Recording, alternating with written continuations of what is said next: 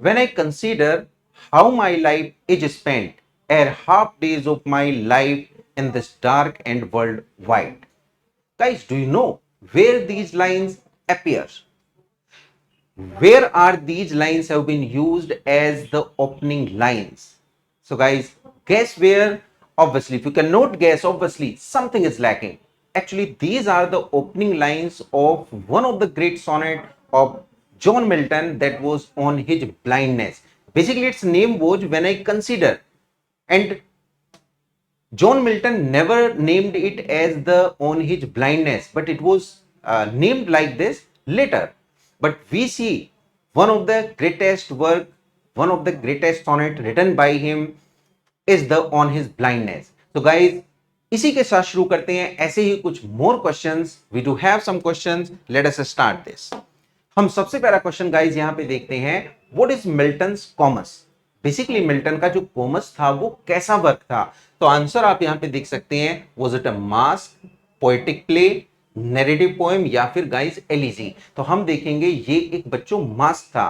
Basically let me tell you कि what are the masque. Masque used to be used at the time a form of drama in which mask used to be wear, but that used to be very costly just because of the costly costume, you know, and some adoration, decoration, sound system, etc. So it used to be played only in the royal celebrations, because common people, it was very difficult for the common people to afford this. So ये basically reason था. So mask was very less. तो यहां पे हम answer देखें guys, ये masque बनेगा. तो Comus was a masque. Question number second देखते हैं. They also serve who only stand and wait. क्वेश्चन बना के ये लाइन्स हमारी कहां पे अपियर होती हैं गाइस? अभी अभी मैंने आपको बताया, when I consider how my life is spent ere half days of my life in this dark and wild world. ये लाइन्स आपकी ओपनिंग लाइन्स हैं. किसकी? ऑन हिज ब्लाइंडनेस की. लेकिन अगर हम इन लाइंस को देखें तो also serve who only stand and wait, जो कि उसे सोल्यूशन प्रोवाइड करती हैं, ये बच्चों इस पोएम की लास्ट लाइन आपको मिलेंगी. सो आंसर हमारा क्या जाएगा? Answer would be the very first. अगले क्वेश्चन को देखते हैं. What is Milton's on the nativity of Christ? Basically ये जो वर्क है, मैं आपको बता दूं guys, this particular poem is the very first poem of 1645 poems. 1645 poems की क्या है? सबसे पहली पोएम है. और गाइस इस पोएम में basically he talks about the incarnation, about the relinquishing the pagan powers, the earthly powers, and lastly also about the crucifixion, right? So हम देखें तो ये क्या बनेगी? It's an ode. ये बच्चों ओड के रूप में है वहां पे. सो किस तरह का वर्क है? It is an ode. अगले क्वेश्चन पे आते हैं. Milton has written a poem entitled L'Allegro. तो एल एलिग्रो देखें तो बच्चों जबरदस्त वर्क है. ऐसा लगता है देखने में क्या लिखा है, बट पूछा गया है कि इसका टाइटल, इस टाइटल का मीनिंग क्या है. So guys L'Allegro if we see, it का मीन्स बनता है अ वेरी चीयरफुल मैन. हम अगर इसको देखें तो इसका मीन्स बच्चों वेरी चीयरफुल मैन बनता है. अगले क्वेश्चन पे आते हैं. Milton has written another poem. अगर मैं कह दूं तो गाइज इसमें क्वेश्चन ये भी बनता है कि which of the following are the twin poems. तो ट्विन पोएम्स यहां पे कौन है? यही दोनों, एल एलिग्रो, इल पेनिसोरोसो. अगर आप यहां पे इल पेनिसोरोसो की बात करें तो गाइज इसका मीन्स जाता है, मीनिंग पूछा गया, a very melancholic man, because this is a thoughtful man. ये लगातार सोचता है, मिलेंकोलिक है, थोड़ा सा दुखी वाले मूड में है. सो मिलेंकोलिक पर्सन ही इसका करेक्ट आंसर हमारा बनेगा. अगले क्वेश्चन की बात करते हैं. Milton borrowed the theme for Comus from, मतलब जो कॉमर्स था इनका, that was the second masque after the Arcades. तो what was the particular theme of that? So guys अगर हम थीम की बात करें तो कहां से ली गई थी? From होमर्स Odissi.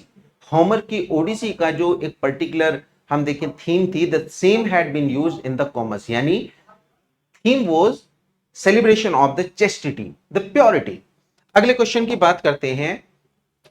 Milton derived the title for his Areopagitica from the Greek word Areopagus. लेकिन क्वेश्चन बना यहां पे, what was the Areopagus? Areopagus basically था क्या यहां पे? सो गाइस हम क्वेश्चन में देखते हैं. Great hill, a great hill where a tribunal for the liberty of speech was held. तो बच्चों ये बिल्कुल आंसर हमारा फर्स्ट वन सही है. If we see here, Areopagus is a hill और इसी की लिबर्टी की बात यहां पे की गई, कब की गई थी? अराउंड फिफ्थ बीसी के टाइम में। So the title has been taken here from for the Areopagitica. और गाइस एरियोपेगेटिका अगर हम मींस देखें तो ये भी किसके लिए जाता है? फ्रीडम ऑफ स्पीच के लिए। अगले क्वेश्चन पे आते हैं। Milton wrote a large number of political pamphlets and treaties. What are they called? उनको क्या कहा जाता है? क्या वो ट्रैक्ट्स कहलाते हैं, ऑब्जर्वेशंस कहलाते हैं, रिव्यूज, या फिर बच्चों नन? सो अगर मैं पॉलिटिकल की बात करूं तो गाइज इनको सीधे सीधे जो कि प्रोज में थे इनको ट्रैक्ट्स बोला गया है। तो आंसर हमारा क्या आ जाएगा? It would be tracts. Next question देखते हैं। The period known as the age of Milton. So guys age of Milton, भाई टाइम पीरियड उनका क्या था? 1608 से 1674। तो बेसिकली हम इसमें किसको देखेंगे? फर्स्ट वन को, 1625 टू 1660।